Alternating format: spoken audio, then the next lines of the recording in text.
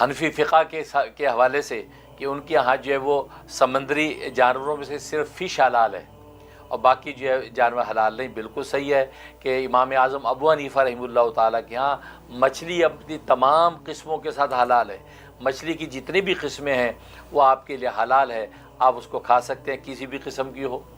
لیکن اس کے علاوہ جو مچھلی کی قسم میں سے نہیں ہے، جیسے کیکڑا ہے یا شری میں جس کو آپ جھینگا بولتے ہیں، یا اسی طریقے سے دوسرے جو ہے لابسٹر ہے، تو یہ اس طرح کے جتنے جو جانور ہیں تو یہ چونکہ فش نہیں ہے، مچھلی نہیں ہے، لہٰذا امام اعظم ابو حنیفہ رحمۃ اللہ علیہ کے ہاں یہ حلال نہیں ہے. کیونکہ احادیث طیبہ میں یہی آتا ہے کہ صرف جو ہے وہ مچھلی حلال ہے اپنی تمام قسموں کے ساتھ، اور وہ امام اعظم ابو حنیفہ کا موقف ہے کہ وہ مچھلی کے علاوہ باقی کسی چیز کو حلال قرار نہیں دیتے. لہٰذا جو شریم ہے، جس کو جھینگا بولتے ہیں، وہ کھایا جاتا ہے. لیکن جھینگا چونکہ امام شافعی رحمۃ اللہ علیہ کے یہاں حلال ہے، تو چونکہ اس پہ اختلاف آ گیا تو اس کو امام ابو حنیفہ رحمۃ اللہ علیہ کے اصول کے مطابق حرام قطعی تو نہیں کہتے، لیکن اس کو مکروہ تحریمی کہا جاتا ہے. یعنی وہ ایسا سخت مکروہ ہے کہ حرام کے قریب قریب ہے، ٹوٹلی حرام نہیں ہے، حرام کے قریب قریب ہے. لہذا اس سے بچنا چاہیے، لیکن لہذا اگر آپ کو ضرورت نہیں ہے کھانے کی تو نہ کھائیے، کیونکہ وہ مچھلی نہیں ہے. بعض لوگ غلط فہمی سے ہی سمجھ بیٹھتے ہیں کہ جھینگا چونکہ مچھلی ہے، حالانکہ جھینگا مچھلی نہیں ہے.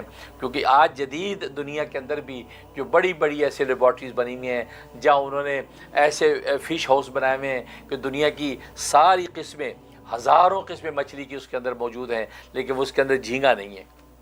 چنانچہ ہمارے مفتی اعظم پاکستان مفتی ولی حسن صاحب رحمۃ اللہ علیہ، جو جامعۃ العلوم اسلامیہ علامہ بنوری ٹاؤن کراچی پاکستان کے مفتی اعظم تھے، شیخ الحدیث تھے، وہ فرماتے ہیں کہ میں پہلا سفر جب ساؤتھ افریقہ کا میں نے کیا تو ساؤتھ افریقہ کے اندر میں ایک مچھلی گھر میں جو میزبان لے کے گئے، اور وہاں میں نے مچھلی کی اقسام دیکھی، تقریباً 3000 کے قریب اقسام مچھلیوں کی تھی. وہ ساری میں نے دیکھی اور ان میں جھینگا نہیں تھا کسی اس میں. تو میں نے ان سے پوچھا منتظم سے کہ یہ جھینگا کیوں نہیں ہے، کہ آپ نے مچھلی کی اتنی اقسام جمع کی ہیں تو جھینگا اس کے اندر شامل کیوں نہیں کیا؟ انہوں نے کہا نہیں، یہ ہماری جدید تحقیق کے مطابق بھی جھینگا مچھلی نہیں ہے، مچھلی کی قسم نہیں ہے، لہٰذا اس لیے ہم نے اس کو یہاں پر جو ہے وہ اس کے شو کیس کے اندر نہیں ڈالا. اس پر مفتی صاحب نے فرمایا کہ دیکھو دلائل شریعہ اور فقہ اپنی جگہ پر، یہاں پر جو ہے آج کی جدید دنیا بھی اس بات کی قائل ہے کہ جھینگا مچھلی کی قسم نہیں ہے. ہاں ٹھیک ہے، جو لوگ کھاتے ہیں وہ مکروہ تحریمی تو ہے امام ابو حنیفہ کے اصول کے مطابق، اور اس کے اندر ہم سختی نہیں کرتے، لیکن فرمایا کہ وہ بہرحال مچھلی نہیں ہے. لہٰذا آپ سے بھی میری درخواست یہ ہے کہ خود مچھلی کی اتنی قسمیں ہیں کہ آپ اس سے انجوائے کریں، چاہے کہ مچھلی سے آگے نکل کے کسی اور کی آپ ہرس کریں.